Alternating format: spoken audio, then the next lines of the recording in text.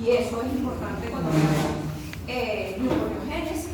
Y bueno, hay otros que son importantes en los espermatozoides, el transporte de glucosa allí, bueno, más bien de fructosa, y ustedes verán que es súper interesante también lo que ocurre allí con el metabolismo de la fructosa.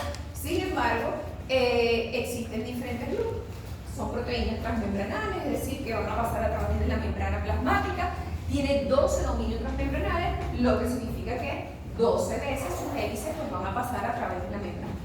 Ella va a permitir un transporte facilitado. ¿Qué significa un transporte facilitado? Bueno, que va a permitir viajar la glucosa del espacio intracelular al espacio intracelular gracias a un gradiente de concentración, o sea, en favor de su gradiente de concentración y utilizando una proteína, porque resulta ser que la glucosa es completamente apolar y ella no puede difundir ella misma la membrana. Entonces necesita alguien que la ayude y en este caso, pues eso lo ocurre. Y entonces habíamos hablado del GLUT1 y yo les dije que bueno, el GLUT1 lo podemos encontrar en diferentes tejidos, pero él es importantísimo en el glóbulo rojo, en la placenta, en la barrera hematoencefálica, en el glóbulo blanco, pero también lo podemos encontrar en la retina, pero también lo podemos encontrar en el músculo y en el tejido adiposo. ¿Qué quiere decir? Bueno, que puede estar ustedes verán que el músculo y el tejido adiposo tienen otro GLUT que es súper importante para la entrada de glucosa en ellos. Sin embargo, tienen algunos GLUT1 que podrían estar allí trabajando para facilitar también la absorción de glucosa.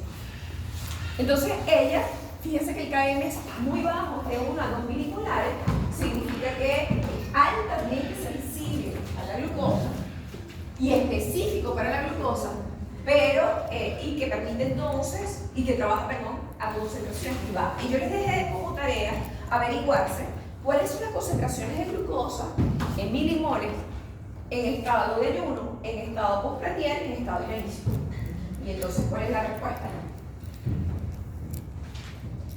Tengo entendido que en estado de ayuno oscila entre los 4 y 5 milimoles, en estado postprandial, no sé cómo se pronuncia, es entre 7, 8, inclusive hasta 10, dependiendo del alimento que se consume, y en estado de inanición llega inclusive como hasta los 2 milimoles.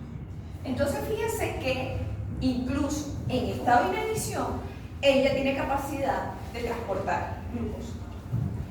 O sea que hay un intercambio continuo y constante de glucosa entre el eritrocito y el plasma, entre el eritrocito y la sangre, entre las células y la sangre. Estamos hablando de la barrera hematoencefálica, estamos hablando de la placenta, estamos hablando de los glóbulos blancos, y todos ellos entonces van a tener un intercambio continuo y constante. Fíjense que incluso se ubica dentro de los valores de inanición, de sangre, de valores de glucosa que tenemos en el estado de inanición. Entonces, allí en las funciones dice, bueno, que permite la captación basal de la glucosa, que favorece el incremento del crecimiento y la división celular. ¿Crees que ese sí? Es una apuesta, pero... Bueno, vamos a ver. Y no es sensible a la insulina. O sea, imagínense ustedes que un glóbulo rojo fuese sensible. Cuando usted tiene que llevar intención y bilirrubina, pero que se sigue. ¿Qué dice al lado? Gracias. Es que no se le da tapita. Víctor, tiene un papelito al lado. Ajá, tiene un papelito. Del otro lado. No, sí. Estamos más. Vaya con ella. Todavía estoy dando repaso, así que puedes seguir tranquilo. Estás perdiendo el repaso.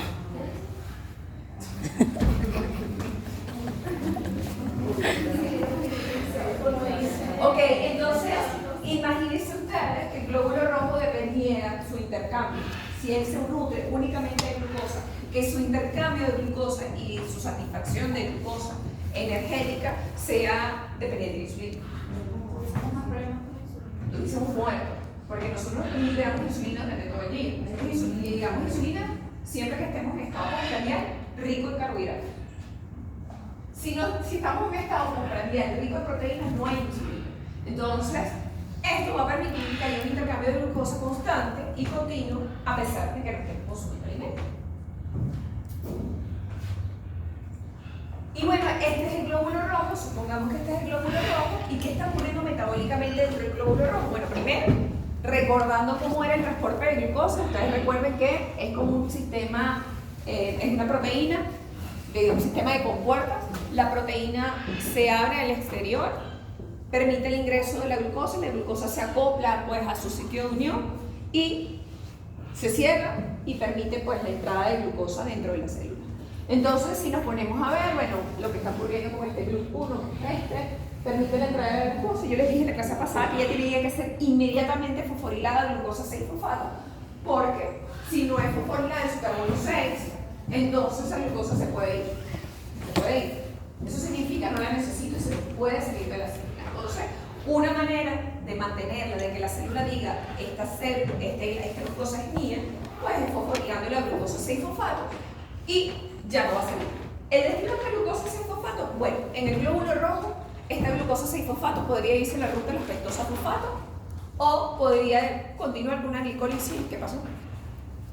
Me dijo de me la abrí más rápido. No te va a abrir más la puerta. Ay, escogiste mal. Fallé. Bueno, seguimos con la misión opaca. En la próxima clase ya te recuerdas cuál es la Sí. Yo espero resolver mi problema. Entonces, no veo. Pero bueno, escúchenme. Esto es un material de apoyo para mí y ustedes empiezan a escucharme a mí. Entonces, fíjense que esta glucosa, el destino de esta glucosa 6-fosfato, ¿cuál va a ser? Bueno, si estamos hablando de un glóbulo rojo, el glóbulo rojo carece de mitocondrias. Y al carecer de mitocondrias, ella no tiene respiración celular. Y al no tener respiración celular, ella va a continuar con una glicólisis de tipo anaeróbica. Nosotros lo iremos viendo progresivamente no, quizás hoy lleguemos a ver eso. Va a continuar con una glicólisis de tipo anaeróbica. Y también esta glucosa 6-fosfato podría tomar otro rumbo, por ejemplo, la ruta de las pentosa-fosfato. Y esta glucosa 6-fosfato, bueno, esos son los dos rumbos principales que podría tomar en el glóbulo rojo. El ácido láctico y la pentosa. La glicólisis anaeróbica y la ruta de las pentosa-fosfato. Y bueno, el martes pasado quedamos aquí en el GLUT2 y me pararon y dijeron, ay, profe, está hablando mucho. El GLUT2 se encuentra, y ya lo conocemos, el GLUT2 se encuentra en el intestino y es el principal transportador facilitado que existe en el momento que nosotros ingerimos alimentos. Entonces, si estamos en estado postprandial, bueno, rico en carbohidratos obviamente, el GLUT2 entonces nos va a permitir el ingreso de la glucosa en el enterocito.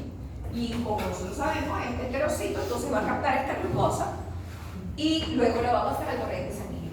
Pero aquí hay una historia súper interesante, porque esta glucosa cuando entra al enterocito, en el enterocito propio, para mantener ese gradiente de concentración, porque fíjense que va a tener grandes concentraciones en el lumen intestinal y bajas a nivel de espacio intracelular. Entonces, para mantener ese gradiente y poderlo seguir expulsando por otros GLUT2 a nivel vasolateral, él transforma esa glucosa, la metaboliza internamente produciendo lactato. Entonces, el 50% de la glucosa que ingresa en el enterocito se metaboliza bajo la forma de lactato en una glicólisis de tipo anaeróbica. Y el otro 50% sí va a salir bajo la forma de glucosa. Entonces, en el torrente sanguíneo vamos a tener menor concentración de glucosa, gracias al enterocito, y vamos a tener lactato. Que el lactato luego ustedes verán que será metabolizado nuevamente por el hígado o utilizado por el corazón para funciones genéticas. Bueno, entonces el GLUT2 no solo se encuentra a nivel del enterocito, sino que también la podemos encontrar en las células beta-pancreáticas. Y esto tiene muchísimo sentido.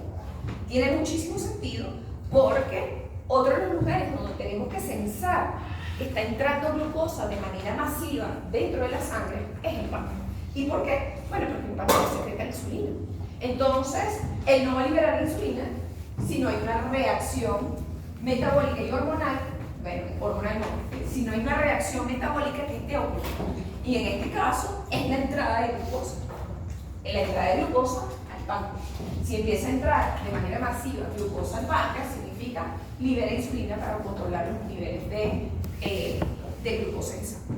Entonces, el páncreas no va a liberar insulina hasta que la glucosa ingrese a las células beta pancreáticas. Y bueno, ella también se encuentra en el intestino, bueno, el intestino yo lo dije, en los hepatocitos y en el hígado. Y también, nuevamente, esto es importante porque es lógico que tenga el hígado y el riñón tengan GLUT2, que son independientes también de la insulina y que también se encargan del metabolismo de la glucosa. Entonces ellos van a recibir esta cascada de glucosa que está ingresando pues, al torrente sanguíneo, y uno de los lugares principales donde va a pasar es al hígado para que empiece a ser metabolizado, capta el metabolismo. A todos estos trabajando simultáneamente. El intestino permite la entrada de glucosa, el enterocito la metaboliza, 50% lactato, 50% glucosa, sale del enterocito, entra al torrente sanguíneo, inmediatamente pasa a la vena porta, llega al hígado, el hígado es metabolizado, pero también esta glucosa pasa directamente al páncreas endocrino para liberar insulina. Entonces fíjense qué interesante esta historia, porque entonces el GLUT2 es obviamente independiente de la insulina. Su KM es de 15 a 20 milimolares. ¿Qué significa que su KM sea de 15 a 20 milimolares? Bueno, que no es específico para la glucosa, pero que actúa a grandes concentraciones de glucosa. Bueno, va a actuar únicamente y exclusivamente cuando las concentraciones de glucosa en sangre son elevadas en estado contrario. O sea que si tenemos una situación en la que estamos en estado de ayuno, ese GLUT2 está anulado. Es independiente de insulina, ya lo dije. Y en el páncreas, el GLUT2 puede ser considerado como un sensor de la glucosa. ¿Y por qué puede ser considerado como un sensor de la glucosa? Es considerado como un sensor de la glucosa porque, obviamente, si entra en grandes concentraciones, ella sensa y libera insulina. Si las concentraciones son bajas y que entran, entonces simplemente dejo de liberar insulina. ¿Qué puede haber un problema con una persona que sufra de hiperglicemia o de algo? Bueno, uno de los problemas que uno conoce que los problemas son de receptores y esas cosas cuando la insulina se une a su receptor. Sin embargo, ese problema patológico de la insulina en su receptor también puede ser traducido con problemas de transportadores, ¿por qué no? Entonces, si el páncreas tiene un problema con este transportador de GLUT2, él no puede sensar, y al no poder sensar, no puede liberar insulina. Entonces, es una manera de controlar la secreción de insulina por el páncreas. Bueno, otra cosa que ellos dicen es que la velocidad de entrada de la glucosa va a ser proporcional pues, a la concentración de la misma. O sea, va a entrar masivamente en mayor cantidad siempre y cuando haya grandes concentraciones de la misma. Y bueno, algunos dicen que bueno, también puede encargarse el transporte de la fructosa. Bueno, tiene un KM tan elevado que tampoco hace que sea específico y es independiente de la insulina. Y eso es súper importante que lo recordemos siempre. Entonces, esto es lo que les había hablado, no sé si les hablé del Western blot. Esto es un Western blot, aquí se mide pues, la cantidad de proteínas que hay en un determinado tejido. Aquí tomaron, por ejemplo, tomaron una parte del bolo gástrico de estas ratas y quisieron medirle la cantidad pues, de GLUT2 presente a nivel de la membrana apical, ¿no?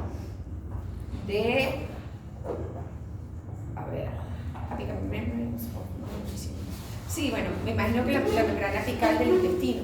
Entonces ellos fueron midieron, sacaron un pedacito de intestino y quisieron medir GLUT2, tienen un indicador para GLUT2. Y entonces ellos tenían varios modelos de alimentación, PBS, que es agua, chow fat, que es un alimento normal con lo que alimentamos a las ratas. Después alimentaron con fructosa, después con glucosa, fructosa más glucosa y sacarosa. Y ellos vieron bueno, que la cantidad de GLUT2 era bastante elevada bajo todas las condiciones de alimentación, tanto de fructosa como glucosa. O sea que el GLUT2 puede transportar tanto fructosa como glucosa, ya que él no es tan específico.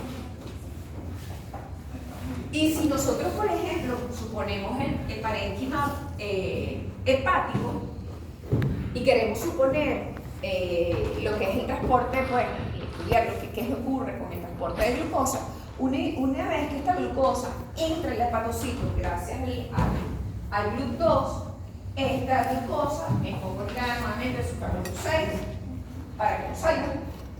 Y esta glucosa 6-fosfato podría tomar varios rumbos. Uno, irse la ruta de la pentosa fosfato. Otro, irse la síntesis de glucosa.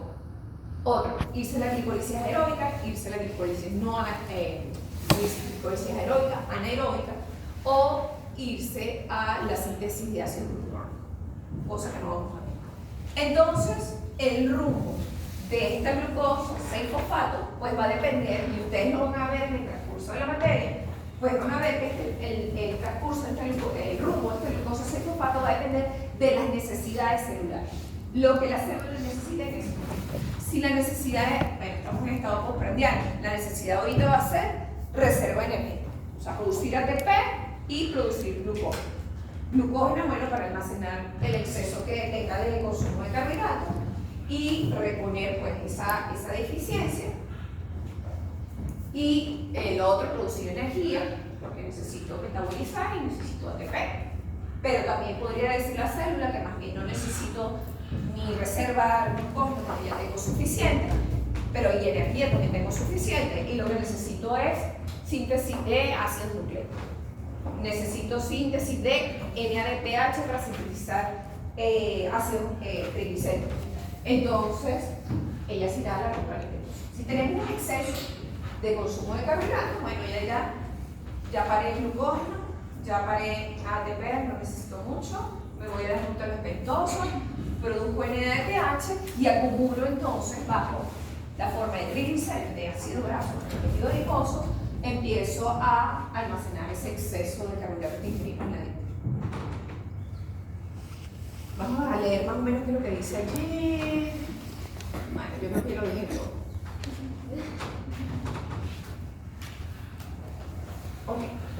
Entonces, nuevamente les muestro la gráfica, y ya estamos completando la gráfica. Nosotros hablamos de abajo se encuentra la concentración de glucosa, en el eje de las X y en el eje de las Y pues vemos la velocidad con la que esta reacción está ocurriendo.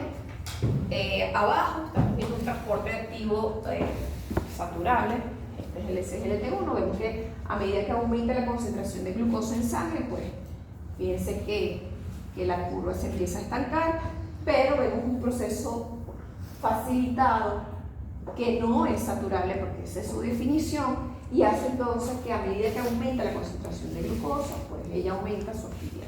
Y simplemente que la última es la velocidad total entre el transporte activo y el transporte pasivo. Eso ya lo vimos en la clase pasada. Y aquí tenemos nuestro páncreas. Y este páncreas es súper interesante porque, si tratamos de enfocarnos allí, bueno, el páncreas se encarga de la liberación de insulina. Entonces vamos a ver qué es lo que está ocurriendo. Bueno, fíjense que si nos ponemos a ver la lámina, que se ve un poco rara, pero aquí la vamos a ver, la glucosa que se encuentra en el torrente sanguíneo quiere entrar entonces a la célula pancreática. Y al entrar, pues utiliza un mecanismo, un transportador facilitado, que es el GLUT2, e ingresa. Inmediatamente la glucosa va a ser fosforilada a glucosa 6-fosfato por las razones que ya nosotros conocemos. Esta glucosa 6-fosfato va a entrar en una glicolisis de tipo aeróbica porque tenemos mitocondrias. Y esta situación va a generar que yo genere grandes concentraciones de ATP dentro de la célula. Y las concentraciones de ATP que voy a generar son mayores que la de ADP. Es decir, aumento de la relación ATP-ADP. Esto va a hacer que yo depolarice la membrana. Y al depolarizar la membrana, eso significa que yo haga cargas positivas fuera de la membrana y negativas internamente. Esto hace que yo abra canales de calcio. Sale potasio de la célula, ingresa calcio, y este calcio me va a permitir entonces, esta entrada masiva de calcio, me va a permitir entonces que en el núcleo se empiecen a producir factores de transcripción. Factores de transcripción que permiten la síntesis de insulina. Y es así como entonces yo libero gránulos de secreción que contienen insulina. Entonces, el proceso de liberación de insulina va a depender básicamente de la entrada de la glucosa dentro de la célula y que esa glucosa sea metabolizada desde el punto de vista aeróbico para que genere grandes cantidades de ATP. Y estas concentraciones elevadas de ATP me depolarizan la membrana, y esta depolarización de membrana me permite la entrada de calcio dentro de la célula, que es una señal intracelular. El movimiento de calcio, el movimiento de potasio, el movimiento de sodio son señales intracelulares. Es como la célula se comunica y dice: estoy activo, estoy inactivo, estoy estimulado, no estoy estimulado. En este momento le está diciendo: estoy siendo estimulado, porque está entrando muchísimo calcio. Y al entrar demasiado calcio, entonces estimula el núcleo de la célula, libera los factores de transcripción y empiezo a liberar insulina. Igual ocurre con las señales nerviosas, igual ocurre con el dolor. De hecho, normalmente cuando las personas tienen algún tipo de patología neuropática, es decir, con dolor, desde el punto de vista nervioso, médicamente se les recomienda bloqueadores de canales de calcio. Los bloqueadores de canales de calcio bloquean esa señal intracelular y la célula cree que no tiene que haber respuesta porque no se induce dolor. Un bloqueador de calcio que se conoce muchísimo es el magnesio. Entonces, normalmente también se utilizan grandes concentraciones de magnesio para bloquear calcio. Esa fue mi tesis de maestría. Eso quiere decir que, por ejemplo, los medicamentos van a complementar para hacer un medicamento como por ejemplo la morfina. Entonces, No, la morfina a nivel del sistema nervioso central y inhibe algunos, no me recuerdo qué es, pero a nivel del sistema nervioso central. Pero ella es bloqueadora de calcio. entonces eso podría ser como las cosas que se utilizan como antiinflamatorias. Sí. O sea, un ejemplo comercial, algo como el clofenac. Sí, más o menos. Porque el calcio es una respuesta intracelular. O sea, cuando hay calcio dice, bueno, empieza a trabajar, libera lo que tengas que liberar. En el caso del sistema nervioso, dolor. Ok, entonces ahora vamos a hablar del GLUT3. Entonces ya hablamos de la importancia del GLUT2 en el hígado, ya hablamos de la importancia del GLUT2 en el intestino, hablamos de la importancia del GLUT2 a nivel pancreático, y ahora vamos a hablar del GLUT3. El GLUT3 está distribuido de manera ubiquitaria. ¿Qué significa ubiquitaria? Bueno, está distribuido todo. Su KM es de 1 a 2 milimolecular. KM muy bajo. Entonces también va a haber un transporte continuo y constante entre el torrente sanguíneo, la calidad sanguínea y la célula. Normalmente nosotros vamos a ver el GLUT3 en el sistema nervioso y bueno, fíjate, el sistema nervioso en el cerebro y bueno, permite la absorción desde el fluido cerebral a las células perennes, o sea, se encarga más que todo del transporte, aunque se encuentra en todos los tejidos, a nivel del sistema nervioso y cerebro, ¿no? Transporta glucosa de manera continua y constante, ya lo vimos eso, y permite mantener también el nivel de basal de glucosa en las neuronas y en la placenta. O sea que nuevamente la placenta tiene GLUT1, pero también tiene GLUT3. Y no es sensible a la presencia de insulina. Obviamente, con ese KM tan bajo, obviamente no va a ser sensible a la insulina. No requiere insulina para que ella pueda actuar. Vamos a ver qué ocurre en el cerebro. Entonces, en el cerebro, bueno, la glucosa entra por un GLUT3. La glucosa nuevamente es fosforiladada de su carbono 6 para producir glucosa 6-fosfato. Y esa glucosa 6-fosfato, pues entonces podría tomar un rumbo que podría ser la ruta lactosa, la síntesis de glucógeno, la glicólisis aeróbica y dependiendo de la necesidad celular, pues también irse a esa cosa. Va a haber, bueno, un proceso que es independiente de la insulina, que no podemos decirle de ahí. Y bueno, ella inactiva la ruta lactosa-fosfato porque necesita de NADPH para la biosíntesis reductora. Nosotros vamos a ver eso cuando veamos ruta de lactosa-fosfato. Y tenemos entonces también el GLUT4. Se encuentra mayoritariamente en el músculo esquelético, tejido adiposo, en el corazón. Y ella es requiriente de la insulina. Ella requiere de la insulina para poderse traslocar la membrana plasmática. De hecho, la GLUT4 se encuentra intrínsecamente dentro de la célula y cuando existe la señal de insulina, la insulina es captada por sus receptores y una vez que la insulina es captada por sus receptores, se desencadena un conjunto de señales intracelulares que vamos a ver en las próximas láminas y va a ser entonces el GLUT4 que se encontraba intrínsecamente dentro de unos núcleos, pues ella pueda salir y lo que nosotros llamamos traslocarse a la membrana plasmática y al traslocarse pues, a la membrana plasmática entonces permitir la entrada de glucosa. O sea que necesitamos entonces de la liberación de insulina para que esa glucosa ingrese al tejido. Bueno, tiene importancia, porque no toda la glucosa que después esté en estado postprandial, no toda la glucosa que nosotros ingerimos va a ser metabolizada de manera completa por el hígado. O sea, se necesita que actúen todos los tejidos para que absorban la glucosa y la glucosa en cuestiones de 2 o 3 horas ya la glucosa llega a sus valores basales, que es de 4.5 a 5 milimoles. Entonces, después de estar en 8 milimoles, ya 10 es demasiado, pero en 8 estamos bien, en estado postprandial. Entonces, ella necesita que otros tejidos capten la glucosa, pero para ello necesita que también imparte glucosa. Y eso es lo que ocurre con los diabéticos. O sea, las personas que sufren de diabetes o hiperglicemia, uno de los problemas que tienen es que también no tienen captación de glucosa. No pueden captar la glucosa porque el hígado tampoco no puede metabolizar toda la glucosa. Entonces, el problema de la captación de glucosa en el músculo esquelético, que ustedes saben que es grande, tejido adiposo, que resiste todo el organismo, y el corazón no podrían captar.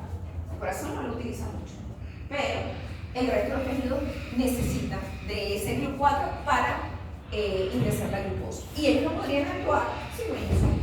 Entonces, imagínense si hay un problema de la secreción de insulina, porque esa glucosa queda en torrentes sanguíneos, circulando, porque no hay nadie que, además del hígado o además del páncreas que ya recibió, pueda metabolizar.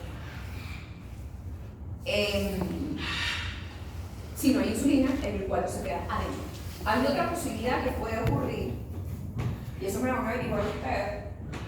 Hay otra posibilidad en la que este GLUT4 se puede traslocar a la membrana plasmática, no necesariamente a través de la insulina. Y ustedes se van a averiguar cuál es. Y me lo van a decir la próxima clase. Fíjense que su KM es de 5 milimolares, es decir, la misma concentración de glucosa que existe en estado de ayuno. Bueno, o estado fisiológico, como normalmente lo estamos manejando por 5 milimolares. O sea, nosotros en estado normal, cuando te vas a hacer una muestra de sangre, pues deberíamos estar más o menos allí 4.5. Entonces, ella se maneja a ese KM, es decir, no responde a altas concentraciones de glucosa, pero sí permite la entrada de glucosa gracias a la respuesta de insulina. Mira, se está viendo mejor que se está floreciendo.